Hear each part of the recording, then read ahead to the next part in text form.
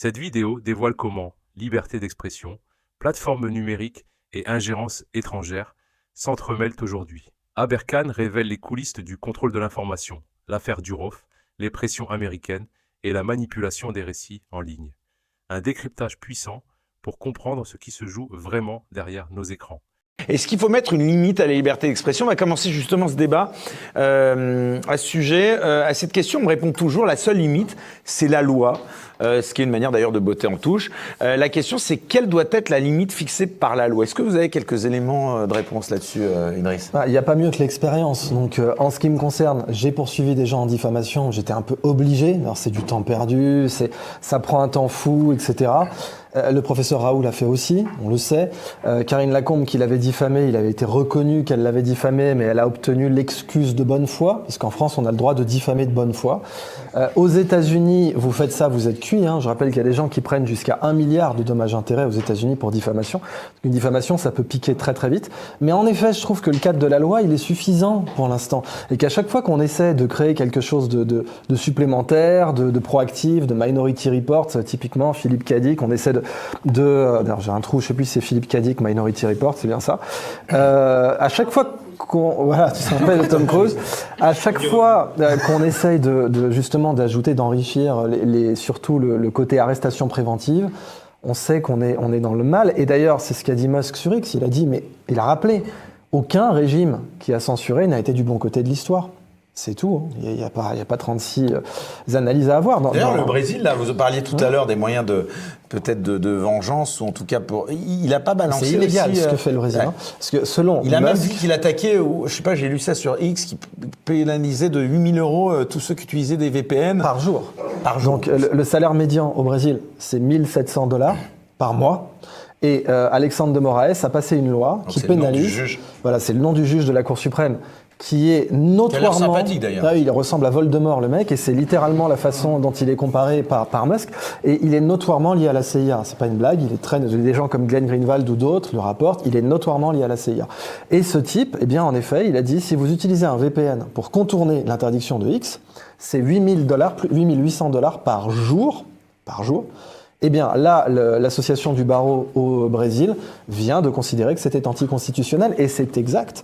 D'ailleurs, Musk, il le confirme. Il dit, mais ce que fait Alexandre de Moraes n'est pas constitutionnel. Les gens du parti de Lula auquel appartient Alexandre de Moraes continuent, eux, de tweeter. Oui, sans problème. En plus, c'est vraiment le fait de ce que je dis, mais pas ce que je fais. Ah oui, mais il viole la loi. Il montre qu'il y a une justice à deux vitesses, avec deux types de personnes qui peuvent être justiciables, etc. Et c'est très dangereux. Et Bolsonaro qui est un peu dans les choux juridiques. Bolsonaro, en fait, il faut comprendre qu'Alexandre de Moraes, c'est vraiment l'homme le plus puissant du Brésil aujourd'hui de façon visible, parce que c'est lui qui a envoyé Lula en prison. Et c'est lui qui l'en a sorti. Et donc, il a fait de Lula son obligé. En l'envoyant en prison, puis en le ressortant, il l'a mis au frigo, puis il l'a ressorti. Et maintenant, Lula est à sa botte. Et c'est lui qui a flingué Bolsonaro. Donc on a vraiment un juge de la Cour suprême qui peut faire ce qu'il veut. Et ça, alors j'en parlerai dans ma prochaine vidéo, il faut savoir que c'est une méthode classique d'ingérence de la CIA, mais vraiment classique, ça a été rapporté par plein de journalistes d'investigation, à savoir flinguer des figures politiques par des affaires juridiques. Alors les cas d'école, c'est l'Italie. En Italie, quand vous aviez des premiers ministres qui n'emmerdaient pas les États-Unis, leurs affaires n'apparaissaient jamais. Je peux vous en donner 3 d'affilée: Bettino Craxi, Giulio Andreotti et Silvio Berlusconi. Dans les 3 cas, Bettino Craxi socialiste, tout allait bien pour lui, jusqu'à ce qu'il y ait la crise de Sigonella. La crise de Sigonella, c'est une crise majeure, la base américano-italienne de Sigonella en Sicile. Vous avez un avion qui est arraisonné sur cette base. Les Italiens disent, c'est chez nous, on va prendre possession de cet avion. Les Américains, avec les Navy Seals, disent non, ce sont des suspects américains, enfin des suspects qui doivent être entendus aux États-Unis, donc on les arrête. Et vous avez eu un stand-off, il y avait les forces italiennes, les forces américaines, l'une face à l'autre à Sigonella, qui étaient prêtes à se tirer dessus. Ronald Reagan ne lui a jamais pardonné. Quelques mois plus tard, toutes les affaires sur Bettino Craxi ressortaient. Tous les juges italiens étaient derrière lui. Et il a fini en exil, mort en Tunisie. Premier cas. Deuxième cas, Giulio Andreotti. Alors, Giulio Andreotti, on ne le connaît pas en France, c'est le Mitterrand italien. On aurait mieux fait de dire que c'était Mitterrand, le Andreotti français, pour être honnête. Il avait plein de surnoms. Le pape noir, le divin Jules, la première lettre de l'alphabet, le renard, le bossu, etc. Et il disait, moi, il y a 2 choses qui sont très développées chez moi. La première, c'est mon sens de l'humour, donc pas de problème pour mes surnoms. La deuxième, c'est mes archives. Et quand ses ennemis l'ouvraient, il ouvrait ses archives et ses ennemis la fermaient. Il avait les deuxièmes plus grosses archives d'Italie après le Vatican, le mec. Eh ben, Giulio Andreotti, dès qu'il a commencé à révéler Gladio, les réseaux secrets de la CIA, il y a un très bon livre de Daniel Ganser là-dessus. Donc c'était les réseaux de la stratégie de l'attention en Italie. Dès qu'il a révélé ça, toutes les affaires sont sorties sur lui. Il a pris 27 ans de prison, il ne les a jamais fait, mais il a été condamné à 27 ans. Et enfin Berlusconi, dernier point, même histoire. Tant qu'il allait dans le sens des États-Unis, aucun problème pour lui. La guerre en Irak, aucun problème. Sauf qu'il a fait une connerie. Il a invité Kadhafi, il a fait un contrat pétrolier avec la Libye, et ensuite Barack Obama lui a dit « Mais non, Kadhafi, finalement, on va le tuer ». Et là, d'après plusieurs journalistes italiens, Berlusconi aurait signé son arrêt de mort en disant « Écoutez, il faut que j'en parle d'abord à mon ami Vladimir ». Alors à partir de là, bunga bunga, toutes les affaires sont ressorties et il a giclé de la politique. Eh bien, ce que fait Moraes au Brésil, c'est la même stratégie. Et il faut savoir que dans tous les pays où les États-Unis ont produit des ingérences, typiquement le Pakistan, avec Imran Khan qui est en prison, très bon Premier ministre, Imran Khan, très populaire, il est en tôle. Les journalistes pakistanais vous diront sans problème que c'est la CIA qui l'a fait mettre en tôle. Pareil au Bangladesh, et les guignols de l'info, c'est pas la meilleure source, mais j'aime beaucoup leur analyse, disaient que l'affaire Clearstream, c'était la meilleure chose. C'était la même chose, pardon. L'affaire Clearstream pour Villepin, c'était, vous savez, quand la France s'est opposée à la guerre en Irak, Condoleezza Rice a dit « Oubliez les Russes, pardonnez aux Allemands et punissez les Français. » Punissez les Français. Bah, punissez les Français, c'était l'affaire Clearstream dont les guignols ont dit, les guignols de l'info ont dit, ça a empalé la Chiraki du fion jusqu'aux oreilles. C'était ça leur analyse. Et c'est vrai, puisque après l'affaire Clearstream, il n'y avait plus un seul Chiracien. Plus un seul. Tous les anciens Chiraciens avaient rallié Sarkozy après l'affaire Clearstream, rappelez-vous. Mam, Michel Alliot-Marie, Barouin, bien sûr Juppé, etc. Tous les anciens Chiraciens historiques sont partis parce que Villepin a été empalé dans cette affaire et ça a mis fin à sa carrière politique. Eh bien là, vraiment, ils sentent en effet le vent tourner. Mais concrètement, Facebook censurait, donc il n'y avait pas de problème, il n'y avait pas de raison de l'arrêter. Par contre, il est vrai que la CIA a des dossiers sur Zuckerberg, il y en a plusieurs. D'abord, la CIA a investi sur Facebook. Dès le début, et c'est officiel. Là, je vous raconte pas quelque chose qu'en tant que journaliste citoyen, j'ai exhumé. Vous avez un fonds d'investissement américain qui s'appelle Incutel, qui est le fonds d'investissement dans les startups de la CIA. Donc la CIA investit dans des jeunes pousses avec un fonds pour les coopter.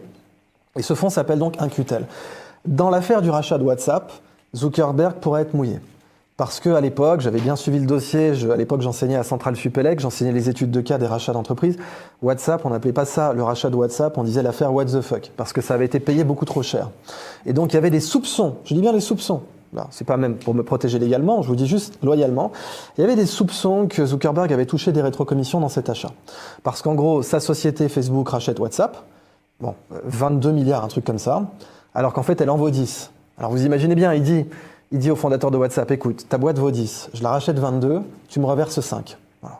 Comme ça, je sors du cash de ma société, sans diluer, sans perdre d'actions. Parce qu'évidemment, la seule façon sinon de gagner de l'argent, c'est de vendre des actions, de perdre le contrôle. C'est très important pour Zuckerberg, parce qu'il a tout juste le contrôle de Facebook. Il est à 27,2% avec des actions à double droit de vote. Il y a Instagram aussi. Voilà, Instagram et WhatsApp. Donc, il y a des dossiers, en fait, ces grands patrons de la tech, on peut les faire sauter si on veut. Mais tant qu'ils se comportent bien, on ne les fait pas sauter. Et ceux qui se comportent mal, eh bien, on leur met des affaires. Donc, que ce soit Paul Durov, donc pour respecter encore une fois sa naturalisation d'élite française et son changement de nom, où on lui a collé, je rappelle tout, hein, et c'est scandaleux parce que là, il faut faire un point très important. Aux États-Unis, l'essentiel du trafic de méthamphétamine passe par la poste américaine, dans des enveloppes en papier craft. Vous avez la méthamphétamine fabriquée en Chine notamment qui passe par l'USPS. United States Postal Service, il a été arrêté pour trafic de drogue, le mec? Je crois pas. Et puis on a une enquête québécoise qui nous informe qu'en effet, Free héberge la moitié des contenus pédopornographiques sur Internet. Je pense pas que Free ait été inquiété. Ça tombe à pic, si j'ose dire, puisqu'on reçoit Idriss Aberkane, qui est vraiment au fait justement de ce sujet, justement des plateformes. Enfin, vous connaissez ça beaucoup mieux que nous ici. Alors, quelle a été votre réaction en apprenant justement l'arrestation de ce monsieur Pavel Durov? Il a un nouveau nom aussi parce qu'il avait été naturalisé français, le fondateur et dirigeant de Telegram. On rappelle ce qu'est Telegram. Vous pouvez nous faire un petit débrief? Donc en effet, application de discussion cryptée, très une cryptée. Des messageries considérées comme les plus sécurisées au monde, avec Signal, même si Signal a été dernièrement, pardonnez-moi, hacké par la NSA. On sait que, par exemple, quand Tucker Carlson avait voulu interviewer Poutine, la NSA lui avait fait savoir qu'elle ne souhaitait pas que cette interview ait lieu. Il avait demandé comment vous le savez. Il avait dit on a hacké votre Signal. Donc Ces plateformes restent... Donc Signal, ça n'est secrètes. plus sûr. La NSA, non, c'est sûr entre vous ou même pour l'État français si vous voulez, mais la NSA peut pénétrer Signal sans problème. Je pense que pour Telegram, c'est essentiellement le cas aussi, mais ça peut se discuter. Toutes les communications ne sont pas cryptées, ce qu'on Macron, appelle il de utilise bout en Telegram, lui, La Macronie en général a utilisé Telegram, il leur avait même été recommandé de le faire parce que c'était sécurisé en effet, et c'est un des moyens de pression qu'a Paul Durov. Alors je rappelle qu'il a francisé son nom légalement et qu'il y avait même donc d'éventuels vices de procédure liés à son arrestation puisqu'il a été arrêté sous le nom de Pavel Durov alors que son nom réel est Paul Durov en France. Il l'a fait changer. Il était donc reçu avec une naturalisation accélérée comme citoyen d'honneur quasiment. Il n'est pas citoyen d'honneur mais émérite. Une naturalisation Comment ça peut être possible? émérite. Il savait qu'il allait... Enfin, apparemment, il ne le savait Non, pas. il le savait pas. Mais justement, Et, enfin, comment c'est- il a pu s'imaginer? En fait, apparemment, de ce qui fuit de sa fondation, certains membres de sa fondation voulaient peut-être le sortir et eux le savaient. Ça fait partie des informations que j'ai eues de Ah, le différents... sortir du management de... Ouais, parce que des gens le savaient en tout cas. Il pensait vraiment qu'il allait dîner avec Macron. C'est pas quelque chose qu'il a dit pour essayer de s'en sortir. Il Vous le pensez que c'est pensait. Macron qui l'a piégé? Il ou- pensait, ça je veux bien le croire honnêtement. Aujourd'hui, j'ai pas tous les éléments, mais j'ai en effet eu des conversations avec des personnes qui ont dit oui, il avait dîné avec Macron plusieurs fois, enfin déjeuné, pardon. D'ailleurs, l'Élysée a démenti que c'était plein de dîners, une multitude de dîners. Ils ont dit non, ça n'est arrivé que 2 fois. Voilà. Ça fait penser un peu à Giscard d'Estaing avec les diamants de Bokassa. Ils n'existaient pas, d'ailleurs, ils n'étaient pas si gros que ça, vous savez. Bon. Ou bien sûr, Obama sur Gladio, il dit, mais Gladio n'a jamais existé, d'ailleurs, on l'a dissous. Alors, vous voyez bien. Bon. Donc là, on sait qu'il a déjà déjeuné avec Macron. Il avait été présenté comme vraiment naturalisé émérite, comme une personne. Et je rappelle, là, c'est Amélie Ismaili aussi qui a fait le travail. Elle est allée voir les titres de presse en 2018 qui disaient que Telegram était un défenseur de la liberté d'expression. Les Échos disaient « Les régimes totalitaires attaquent Telegram. C'est la marque des régimes totalitaires que d'attaquer Telegram. » Tous les journaux voulaient sauver Telegram. Pourquoi? Parce qu'à l'époque, eh bien... Telegram, c'est une appli qui symbolise la liberté d'expression. Vraiment. Alors, d'une certaine manière, puisque à l'époque, il était en bisbille avec Poutine, Eh oui, c'est pour ça. parce qu'il faut savoir que Telegram, les Russes ne l'ont pas fermé, mais ils avaient 1 milliard de raisons de fermer Telegram. C'est quand même sur Telegram que les Ukrainiens postaient les soldats russes tués. C'est sur Telegram, ils sont en pleine guerre, ils auraient le droit de fermer Telegram, ils l'ont pas fait. Ils l'ont pas fait, mais Paul Durov maintenant avec la particule, eh bien, s'était barré à Dubaï. Il avait donc alternativement la nationalité de Saint Kitts et Nevis, Dubaï, nationalité française, nationalité russe. Les Durov, c'est pas n'importe qui.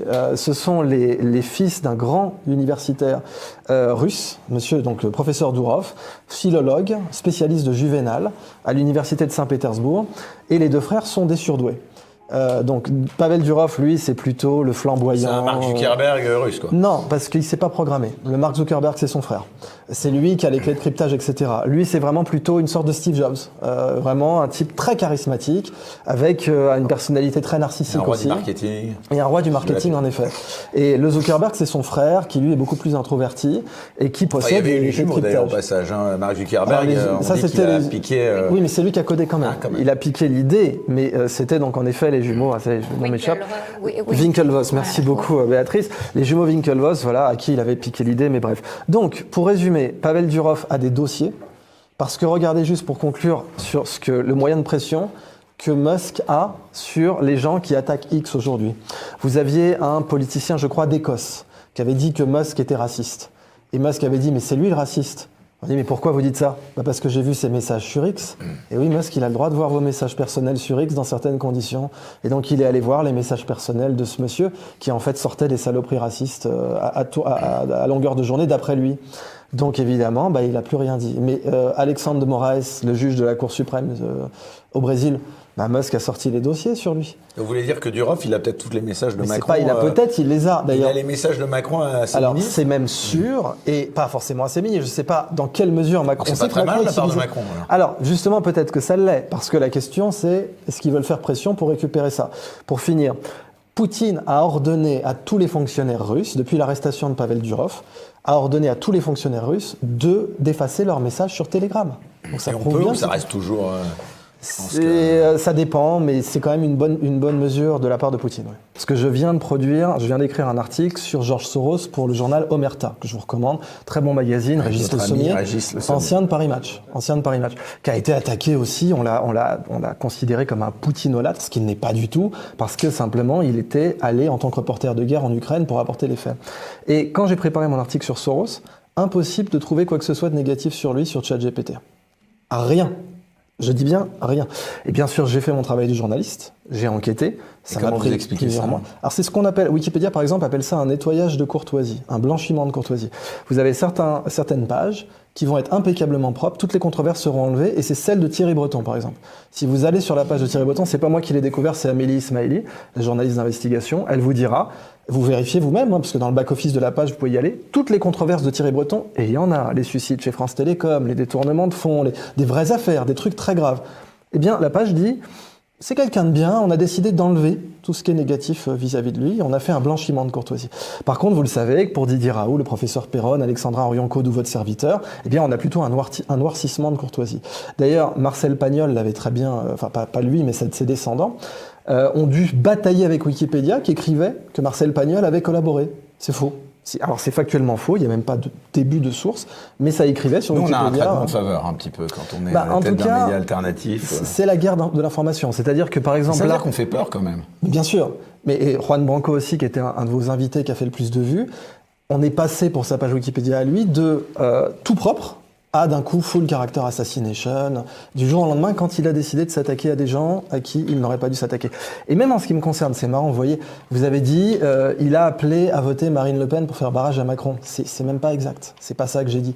Sur ma chaîne YouTube, j'ai dit, on ne peut avoir la 6ème République sans un CNR 2.0, un Conseil National de la Résistance, et à un moment donné, il va falloir que Mélenchon et Le Pen travaillent pour virer Macron. C'est juste ça que j'ai dit. À aucun moment, j'ai donné d'instruction de vote. Évidemment, tout de suite, ils ont transformé ça en « il appelle à voter Marine Le Pen ». Ce que je considère pas comme bien ou mal en soi, c'est pas le sujet. Je voulais avec ma chaîne, parce que j'ai des gens de gauche, j'ai des gens de droite, j'ai des gens du centre qui me suivent, je voulais pas donner d'instruction de vote particulière, même si je serai donc au Rassemblement des Patriotes pour les Assises du Souverainisme. Je ferai cette conférence sur la souveraineté qui s'appellera « Dessine-moi 1000 milliards », parce que les 1000 milliards de dettes en plus, qu'est-ce qu'on aurait pu faire avec? Ce sera ça le sujet de cette conf. Mais vous voyez, c'est toujours de la déformation. Et donc, pour conclure, j'ai dû enquêter comme un malade pour trouver toutes les vraies controverses de George Soros. Et mon Dieu, il y en avait. Enfin, on parle quand même d'un mec qui a étranglé sa femme et qui a dû payer à New York pour ça. Et qui a payé pour pas avoir un procès au pénal. Il a transformé ça en un procès au civil, mais il a réglé ça hors tribunal. Et il a fait ça au moins 5 fois dans sa vie. Il a aussi été condamné pour délit d'initié à Paris, plus de 2 millions d'euros pour avoir truqué la bourse. Et je vous parle même pas de l'année, en 91, où il a fait sauter la Banque d'Angleterre. Eh ben, ChatGPT vous parlera pas de ça. Blanchiment de courtoisie. On a une guerre de l'info. Et c'est bien pour ça, pour fermer la parenthèse, que c'est crucial d'avoir des IA souveraines en France, qu'on ait des codeurs, des entrepreneurs enracinés, comme vous disiez, c'est extrêmement important. Il nous faut des IA souveraines, parce qu'aujourd'hui, on a de l'ingérence à tous les étages, avec les réseaux sociaux. TikTok est un cas d'école, parce que TikTok, en effet, devait être censuré aux États-Unis, jusqu'à ce qu'au final, ils le neutralisent. Ils le castrent en quelque sorte, et TikTok ne sera plus interdit aux États-Unis, parce que TikTok va censurer en effet, et aura un conseil de censure dédié.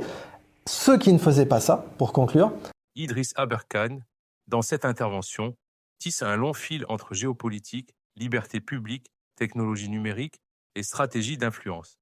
Son analyse repose sur une idée centrale. L'information est devenue l'arme la plus puissante des États, et la bataille se joue désormais sur les plateformes, dans les tribunaux et dans ce qu'il appelle la guerre cognitive. Il commence par la liberté d'expression, rappelant que le droit actuel permet déjà de sanctionner les abus sans instaurer de dispositif proactif qui rappellerait Minority Report. Selon lui, toute tentative d'ajouter des sanctions préventives ouvre la porte à une justice prédictive dangereuse. C'est pour cela qu'il cite Elon Musk, qui considère que la censure place systématiquement les régimes qui la pratiquent du mauvais côté de l'histoire. Aberkane utilise ensuite l'exemple du Brésil, où le juge Alexandre de Moraes aurait tenté de bloquer X et de sanctionner ceux qui utilisent un VPN, ce qui, selon lui, illustre une dérive du pouvoir judiciaire lorsqu'il devient idéologique. L'argument est que lorsque le politique ne parvient pas à contrôler un adversaire, il utilise parfois la justice comme arme d'élimination, un phénomène qu'Aberkane appelle lawfare. Il mobilise pour cela plusieurs cas historiques italiens. Craxi affaibli après avoir défié les États-Unis sur l'affaire de Sigonella, Andreotti fragilisé après avoir exposé l'existence du réseau Gladio, ou encore Berlusconi, mis en difficulté après ses rapprochements géopolitiques, jugés non alignés avec Washington. Il étend cette idée à Imran Khan au Pakistan ou à l'affaire Clearstream en France, pour montrer que selon lui, le schéma est universel. un dirigeant qui dérange l'hégémonie américaine devient vulnérable à une offensive politico-judiciaire. À partir de là, Aberkan glisse vers un sujet brûlant, l'affaire Pavel Durov. Pour lui, l'arrestation du fondateur de Telegram en France n'est pas anodine. Il affirme que Durov croyait rencontrer Emmanuel Macron pour un dîner, mais qu'il aurait été piégé. Même si cette version est contestée, Aberkan y voit la preuve que les plateformes perçues comme trop indépendantes deviennent des cibles prioritaires. Telegram, souligne-t-il, est l'un des rares réseaux que les États-Unis ne contrôlent ni juridiquement ni infrastructurellement. Cela confère à Durov un poids considérable, car il a accès à des conversations sensibles, des archives, des dossiers sur des élites mondiales. C'est ce qui expliquerait, selon Aberkan, les pressions exercées sur lui et le contraste avec le traitement de Mark Zuckerberg, qui aurait bénéficié de financement indirect de la CIA via In-Q-Tel lors du développement initial de Facebook. Aberkan insinue que Zuckerberg est plus maniable parce qu'il serait redevable à certaines structures de l'État américain, contrairement à Durov. Dans cette logique, la grande bataille de notre époque n'est plus militaire, mais cognitive. Celui qui maîtrise les flux d'informations maîtrise les opinions, les régimes de politique et même les destinées individuelles. C'est dans ce cadre qu'Aberkan évoque Wikipédia, qu'il accuse d'opérer un blanchiment pour certaines figures influentes comme Thierry Breton, tout en prodiguant un noircissement pour d'autres, notamment Didier Raoult ou lui-même. Cela illustrerait, selon lui, la manière dont les récits officiels sont construits et modifiés pour servir des intérêts précis. Il ajoute que des figures médiatiques, comme George Soros, bénéficieraient d'un traitement particulier, certaines controverses disparaissant mystérieusement des résultats en ligne. Que l'on partage ou non sa vision, l'idée qu'il défend est plus large. L'espace numérique n'est pas neutre, il est un champ de bataille où les récits dominants sont souvent le résultat de stratégies très conscientes. La conclusion d'Aberkan prend alors un relief particulier. Il plaide pour une IA souveraine, c'est-à-dire une intelligence artificielle française ou européenne, qui ne dépendrait pas des infrastructures américaines ou chinoises. Pour lui, c'est une question de survie culturelle, politique et stratégique. Une nation qui ne possède pas sa propre IA renonce à sa capacité de contrôler son propre récit et s'expose au risque de n'être qu'un consommateur d'informations produites ailleurs. Son intervention invite ainsi à réfléchir à la manière dont les technologies façonnent les démocraties modernes. Qui écrit l'histoire? Qui filtre les informations? Qui décide des plateformes autorisées ou interdites? Et surtout, comment garantir une liberté d'expression réelle sans tomber dans la manipulation ou la censure? Ce sont ces questions profondément contemporaines qui constituent la véritable valeur de cette vidéo.